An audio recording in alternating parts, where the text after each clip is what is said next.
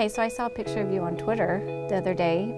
Did you know you're on Twitter? No, I have a Twitter account. Yeah, I follow you. She walked into my 5th grade classroom here at Dooley, kind-hearted, gentle soul, a lot of creative talent, and was just the kind of person that you'd want to be friends with if you were her age. She was a perfect student, absolutely perfect. It was just a joy when I learned that she was teaching at Stinson and then teaching kindergarten, which is one of the most difficult grades to teach. Being in Miss Shaw's class was a really inspiring experience for me. I didn't realize it at the time, but changed my life completely. The direction that I was going in college, I didn't really feel super committed to that, and I kind of began to think about what I really wanted to do with my life and how I wanted to contribute. I started thinking about people in my life that I knew that really loved their jobs. Your name just popped in my head like right away, and that was the point when I realized that I think I could do that. The main thing I will never forget is at the end of the year, you wrote a story about all of us. Prophecy. Set in the future, and you were going about your day and encountering all of the students in our class and kind of telling about what they were doing and how successful they were. And for me, if I'm remembering it correctly, you said you opened the newspapers and I had published a poem. And this was one of many poems that I had published in my life, and I was a famous poet. And I'm not a poet. I didn't turn out to be a poet, but it was just so empowering and amazing to know that you saw that talent in me. I still think back on that. I remember every day as I'm a teacher that, I just have to find that one thing, that one strength in each kid in my class, and that can make such a positive impact on my kids. You chose something that's a lot harder than writing poetry. I don't even really know how you become a professional poet, but I'll look into maybe when I retire. Maybe that can be my next life. I think that really might have been the only time. Wow. Well, because you guys were a really special group. It was really meaningful. Well, I have to tell you, I did it with my class last year. Did you? Yeah, and they loved it. I think I even had one that I think is going to be the first female ninja warrior champion. You go. Perfect. So, just planting those seeds. Thank you. I'm so glad. You're so sweet. Oh, it makes me feel good about it.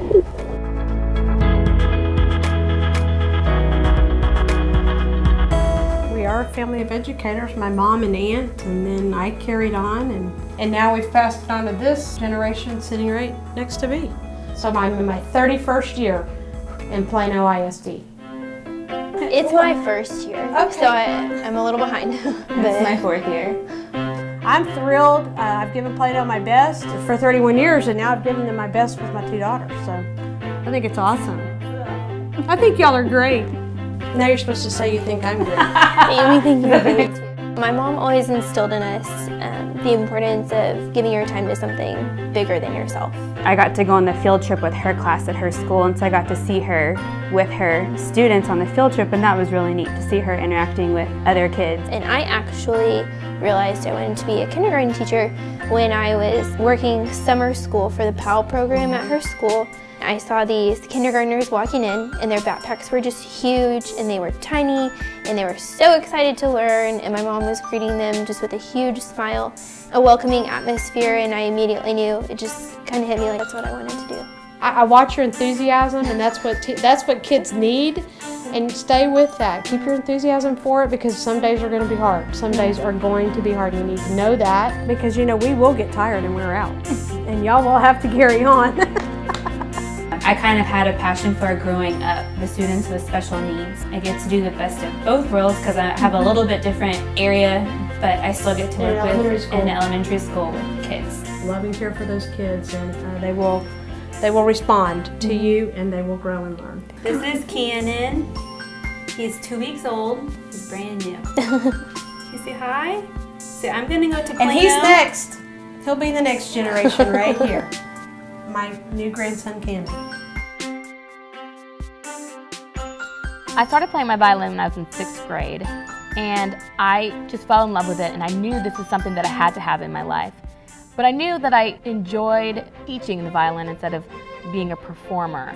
Basically, we started the foundation of this orchestra program. I was a student, she was the teacher. The whole thing started all those years ago, and we developed a real a bond and a camaraderie between us. It was a very homey family setting, and we got to grow together. And when I went to college, I always wanted to come back and teach with Miss Wallace, and it worked out, and it's just grown into a dream and reality. One of the most important things that I have learned is to be confident, not just in an orchestral setting, but also a life lesson. She's always taught me to stand up for myself, do what's right, just be yourself. Thanks. You're welcome. Character is what you do when no one is looking. And actually, that's the #1 thing, that in their daily lives in the future, yes, I want them to love music and support music, but I want them to have character.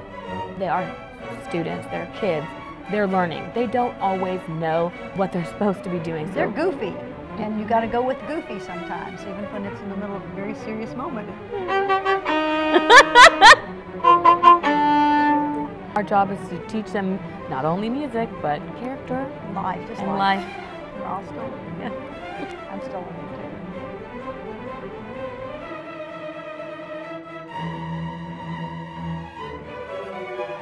Gentlemen, we are filming something serious. This is serious. That was a good time with Greg. Oh, yeah. That was a great experience. You could tell they're theater people.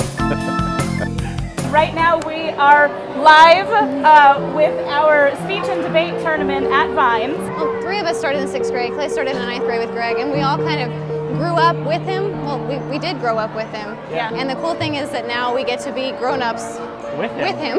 We get to share something that we're all passionate about on the other side as teachers. They'll call and ask for advice, and I have to direct them in a way where they get to make the decision.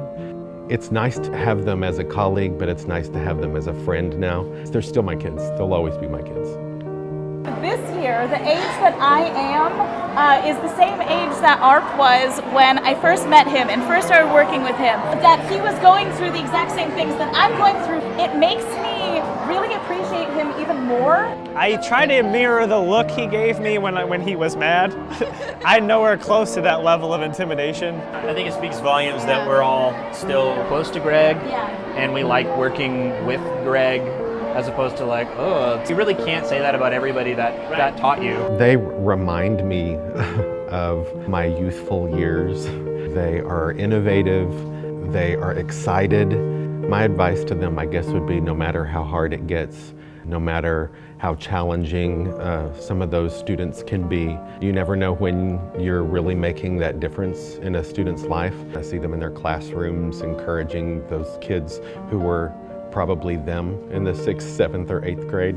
I don't know if pride is really an appropriate word for it because it doesn't seem like enough. There was something that we would always do before a show. Okay, there's magic in the theater, and the theater is magic. And truly blessed are those who are able to share their talents with others. Break away!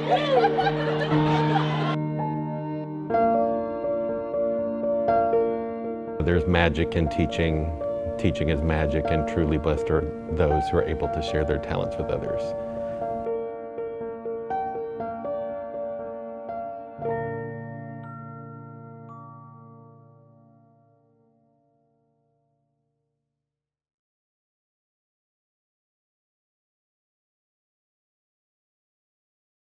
Tell me about the idea that the beat goes on. Well, if I leave the metronome on, the beat goes on.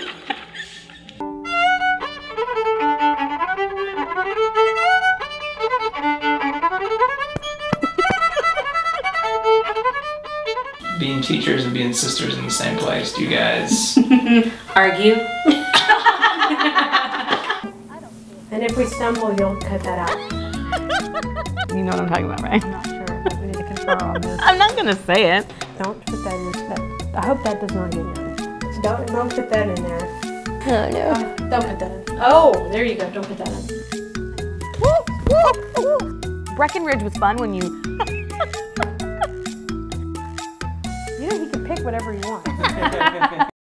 And the beat goes on? Yeah. Oh, I'm not a songster. La-da-da-da-dee. See? I'm not a singer. La-da-da-da-da. Are you just trying to get me on tape singing? Yeah. Because I'm not going to fall for it. And the beat goes on. And the beat goes on. See? That's the only part I... That's it. La-da-da-dee, la-da-da-da. It was one of those really heartfelt, meaningful Sonny and Cher songs. It was, with a lot of polyester thrown in. Right. And bell bottom. Yeah. Yes. I'll bring Yes. my tambourines I and have- stuff. yeah. Yada-da-da-da. Whitney, Whitney, Whitney. That might actually help.